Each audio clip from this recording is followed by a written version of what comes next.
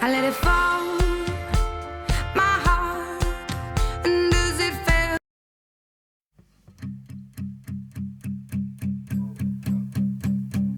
There's a fire.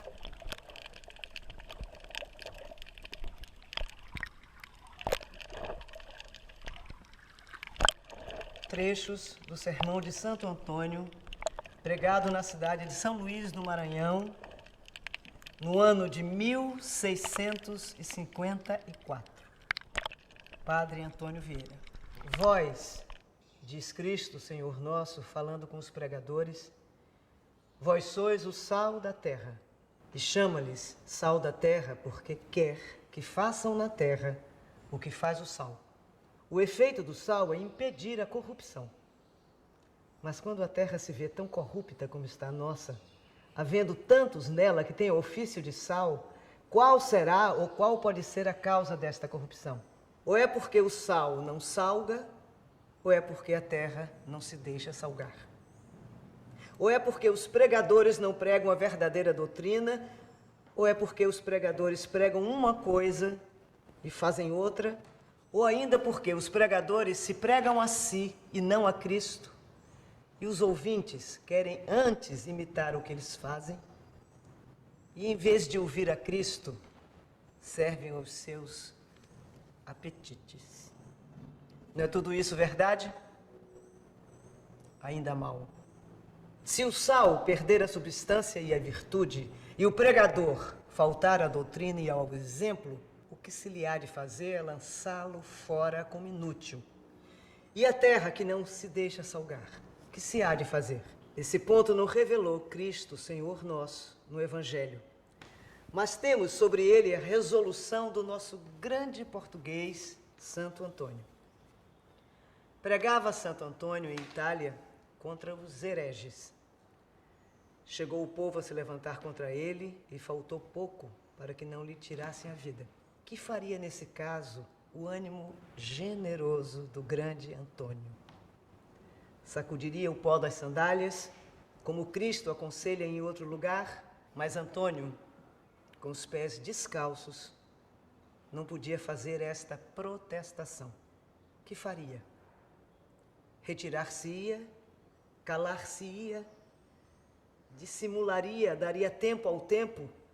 Isso ensinaria a prudência ou a covardia humana. Mas o zelo da glória divina que ardia naquele peito não se rendeu a semelhantes partidos. O que fez? Mudou somente o púlpito e o auditório. Mas não desistiu da doutrina e então deixa a terra, vai-se ao mar. E começa a dizer a altas vozes: já que não me querem ouvir os homens, ouçam-me os peixes. Se a Igreja quer que preguemos de Santo Antônio sobre o Evangelho, dê-nos outro. Vós sois o sal da terra. É muito bom texto para os outros santos doutores, mas para Santo Antônio, vem-lhe muito curto. Os outros santos doutores da Igreja foram sal da terra. Santo Antônio foi sal da terra e foi sal do mar. Quero hoje, a imitação de Santo Antônio, voltar-me da terra ao mar. Vós sois o sal da terra. Haveis de saber, irmãos peixes, que o sal, filho do mar como vós, tem duas propriedades: conservar o são e preservá-lo, para que não se corrompa. Uma é louvar o bem, outra repreender o mal. Falando dos peixes, Aristóteles diz que só eles, entre todos os animais, não se domam, nem domesticam. Os peixes lá se vivem nos seus mares, lá se mergulham nos seus pegos, lá se escondem nas suas grutas, e não há nenhum que se fie no homem, nem tão pequeno que não fuja dele. Quanto mais longe dos homens, tanto melhor. No tempo de Noé, sucedeu o dilúvio que cobriu e alagou o mundo, e de todos os animais, quais se livraram melhor? Os peixes. Todos escaparam. Não só escaparam, mas ficaram muito mais largos que dantes, porque a terra e o mar, tudo era mar. Perguntado um grande filósofo qual era a melhor terra do mundo, respondeu que a mais deserta, porque tinha os homens mais longe. Isto vos pregou também Santo Antônio. Para fugir dos homens, deixou a casa de seus pais e se recolheu ou acolheu a uma religião onde professasse perpétua clausura. Primeiro deixou Lisboa, depois Coimbra e finalmente Portugal.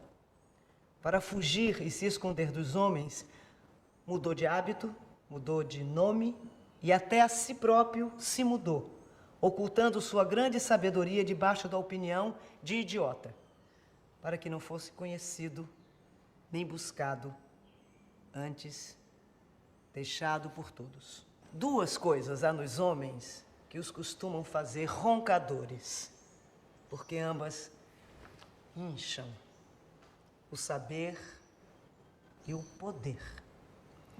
Caifás roncava de saber, Pilatos roncava de poder. Mas Santo Antônio, tendo tanto saber e tanto poder, ninguém houve jamais que o ouvisse falar em saber ou poder, quanto mais blasonar disso. E porque tanto calou, por isso deu tamanho brado. Quem quer mais do que lhe convém, perde o que quer e o que tem. Quem pode nadar e quer voar, tempo virá que não voe, nem nade. Subi glorioso, incenso, até o trono do Altíssimo. Incensai, glorioso Antônio, com perfume suavíssimo.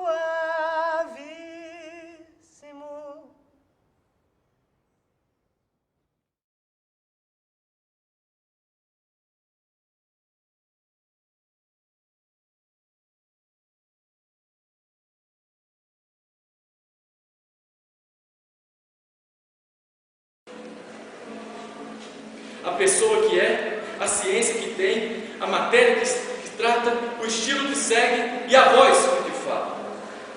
Todas essas circunstâncias temos no Evangelho. Vamos agora examinando uma por uma e buscando esta causa.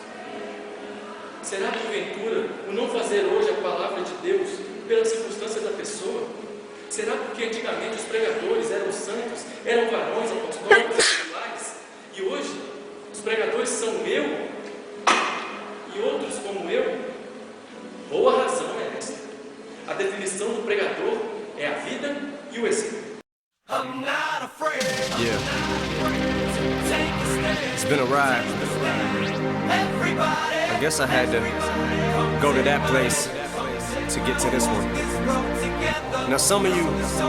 Seção 11, de Antologia de Discursos em Português. Sermão pelo bom sucesso das armas de Portugal contra as de Holanda, do Padre Antônio Vieira, parte 1. Exurge quare obdormis, Domine, exurge et ne repellas infinem, quare faciem tuam avertis, oblivisceris inopiae nostrae et tribulationis nostrae. Exurge, Domine, adiua nos et redime nos propter nomen tuum. Salmo 43. 1. Com estas palavras piedosamente resolutas, mais protestando que orando, dá fim o profeta rei ao Salmo 43. Salmo que desde o princípio até o fim não parece senão cortado para os tempos e ocasião presente. O doutor Máximo, São Jerônimo, e depois dele os outros expositores, dizem que se entende a letra de qualquer reino ou província católica, destruída e assolada por inimigos da fé. Mas entre todos os reinos do mundo, a nenhum lhe quadra melhor que ao nosso reino de Portugal. E entre todas as províncias de Portugal, a nenhuma vem mais ao justo que a miserável província do Brasil. Vamos lendo todo o salmo, e em todas as cláusulas dele veremos retratadas as da nossa fortuna, o que fomos e o que somos. Deus, auribus nostris audivimus, patres nostri annuntiaverunt nobis, opus, quod operatus es in diebus eorum, et in diebus antiquis. Ouvimos, começa o profeta, a nossos pais, lemos nas nossas histórias, e ainda os mais velhos viram, em parte, com seus olhos, as obras maravilhosas, as proezas, as vitórias, as conquistas, que por meio dos portugueses obrou em tempos passados vossa onipotência, Senhor. Manus tua gentes disperdit, et plantaste eos, afflixisti populos et expullisti eos. Vossa mão foi a que venceu e sujeitou tantas nações bárbaras, belicosas e indômitas, e as despojou do domínio de suas próprias terras, para nelas os plantar, como plantou com tão bem fundadas raízes, e para nelas os dilatar, como dilatou e estendeu em todas as partes do mundo, na África, na Ásia, na América.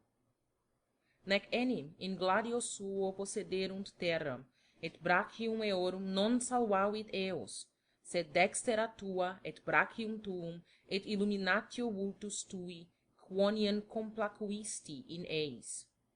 Porque não foi a força do seu braço, nem a da sua espada, a que lhes sujeitou as terras que possuíram e as gentes e reis que avassalaram, senão a virtude de vossa destra onipotente e a luz e o prêmio supremo de vosso beneplácito, com que neles vos agradastes e deles vos servistes. Até aqui a relação ou memória das felicidades passadas, com que passa o profeta aos tempos e desgraças presentes. Nunc autem repulisti et confundisti nos, et non egredieris Deus in virtutibus nostris. Porém agora, Senhor, vemos tudo isso tão trocado, que já parece que nos deixastes de todo e nos lançastes de vós, porque já não ides diante das nossas bandeiras, nem capitaneais, como dantes, os nossos exércitos. Avertisti nos retrorsum post inimicos nostros, et qui oderunt nos diripiebant sibi.